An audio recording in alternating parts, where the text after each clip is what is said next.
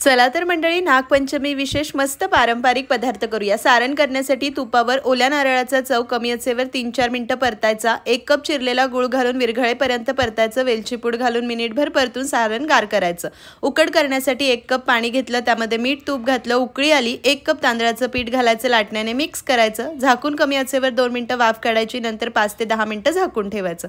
गरम गरम उकड छान अशी मळून घ्यायची। चटका लागेल म्हणून सुरुवातीला वाटीने मळलं, हाताला पाणी लावून छान असं मळून घ्यायचं। समान गोळे करायचे, लागेल तसे एक एक घ्यायचे, बाकीचे झाकून ठेवायचे। खरं तर पातोळ्या हळदीच्या पानावर केल्या जातात, नसेल तर केळीच्या पानावरही करू शकतो। छान अशी पारी थापायची, नंतर लाटण्याला थोडंसं पाण्याचा हात लावून हलकीशी लाटायची किंवा संपूर्ण हाताने थापू शकतात। मधोमध सारण ठेवायचं आणि करंजी सारखं छान बंद करून घ्यायचं। सगळ्या पातोळ्या करून घेतल्या, स्टीमरमध्ये 12 ते 15 मिनिटं मध्यम आचेवर वाफवायच्या। मस्त सुगंधित मऊ लुसलुशीत पातोळ्या तयार आहे। सविस्तर प्रमाणाने टिप्स डिटेल रेसिपी चॅनलवर आहे, टायटलमधल्या त्रिकोणावर क्लिक करून पहा।